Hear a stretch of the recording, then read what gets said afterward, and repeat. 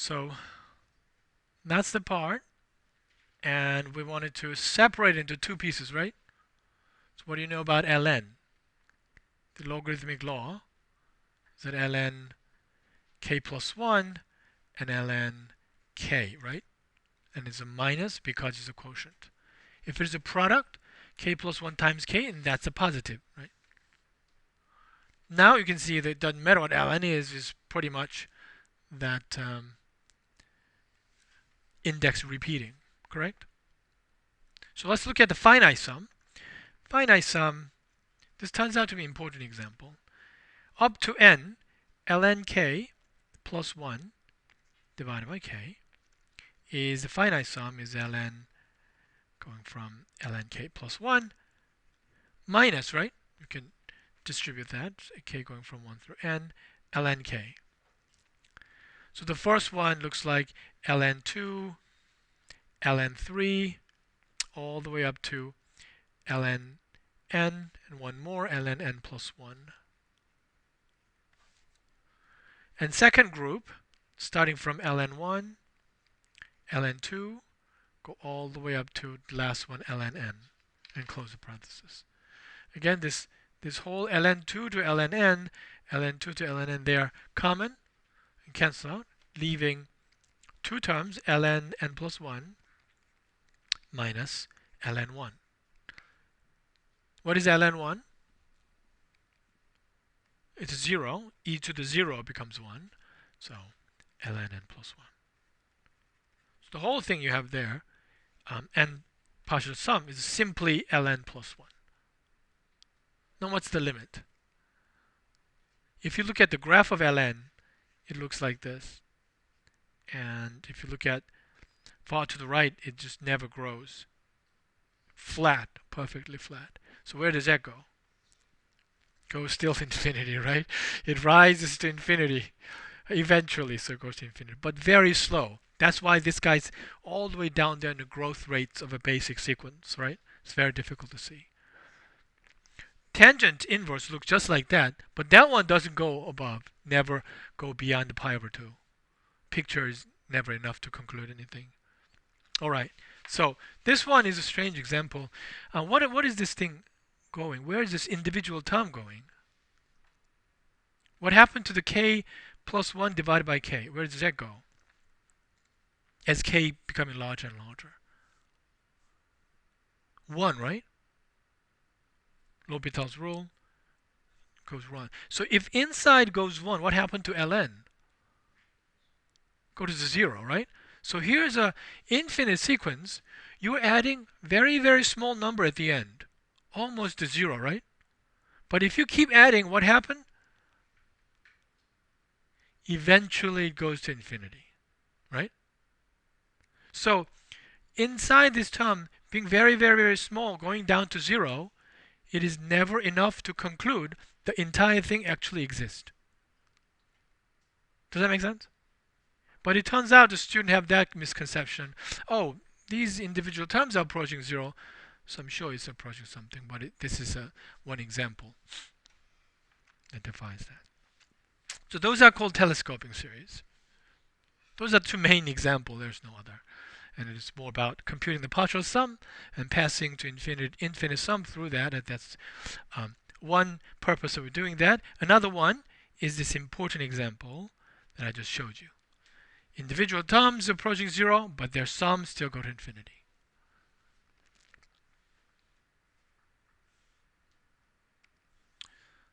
So here's a summary of what we have been doing. We introduced the limits of sequences because sequence itself formula is sometimes hard if it is given by recursive formula. And then not just about the sequence. If given a sequence, we create another sequence. Partial sum sequence. Does that make sense now? One sequence, you create a new sequence, right? And then push to the infinity. And examples of geometric series. For that, we have perfect formula. Everything is perfect. Geometric series, we have nice close. In general, you don't have anything like that. So we're entering that. Non-geometric series, usually we are hopeless. If you take care of something nice and you become famous, I know the answer to this beautiful series and I know how to find a closed formula and things like that. Euler was debuted in mathematical world like that. He computed something that's beautiful, and everybody recognized and how brilliant he was. Now, because of that, we set aside this difficult task. I come up with AK, it's a simple thing, 1 over k squared plus 1. What is infinite sum? It's very hard to compute. But we'll just talk about this question, whether this one exists or not, right? Just to converge or not. Does this is a finite number or infinite number, infinite or something like that. That question itself still takes some time. So we're right now focusing on that one. All right, let me emphasize one more time.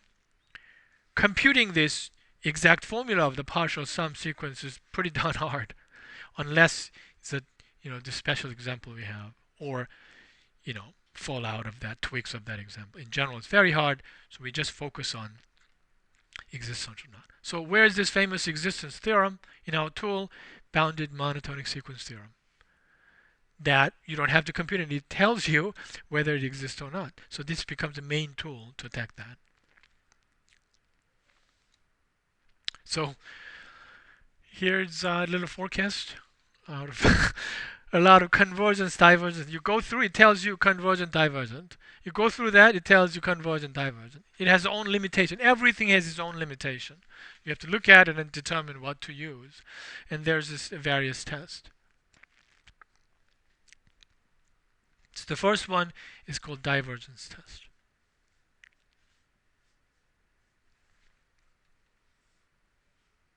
Very simple.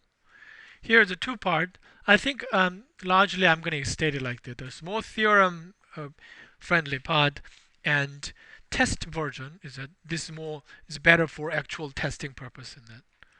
So divergence theorem says the following. If you're staring at an infinite series that exists, right? So limit n approaches the partial sum exists, then it must be the case AK, this thing, approaches 0.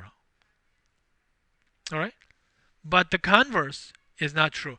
If AK approaches 0, it does not mean that this series converges. Exists means it converges.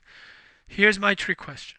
Does anyone know an example of a sequence that approaches 0, but if you add them up, it doesn't exist? This individual term here that eventually approaches 0, but if you add them up, it doesn't exist.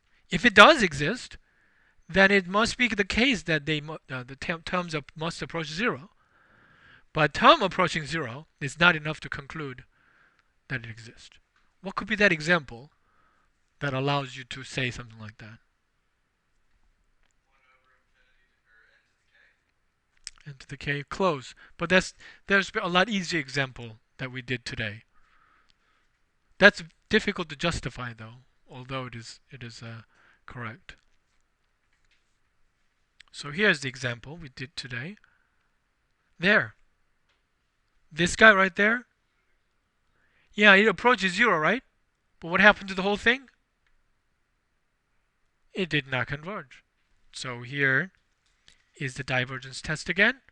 If it converges, it must go to 0. But if you know it will go to 0, that is not enough to conclude that it actually converges. Right? So that's the subtlety about the divergence theorem. But the following statement is called contrapositive statement of the original. If P is satisfied, Q is true, then it is necessarily the case if Q is not satisfied, P is not satisfied.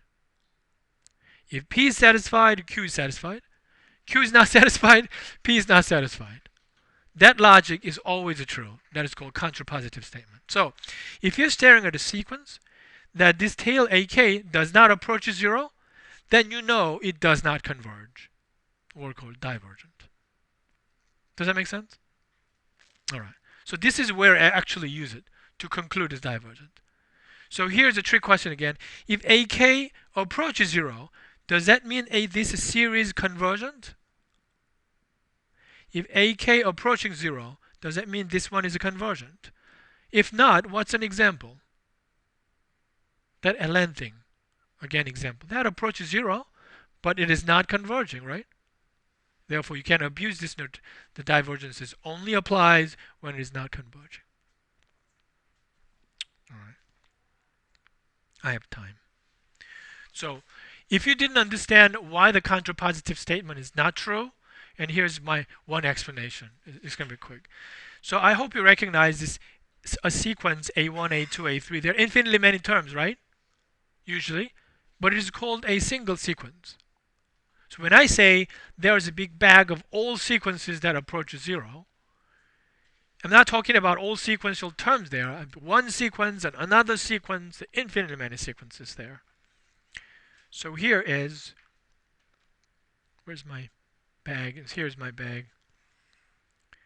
This is a collection of all sequences AK approaching 0, BK approaching 0. I collect them, all of them, right? And they're inside.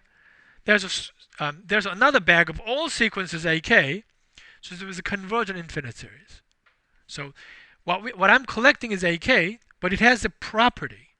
Property is about infinite series. I'm not collecting infinite series. I'm still collecting sequences. But the theorem, divergence test theorem, says if it is a convergent infinite series, what do we know about AK?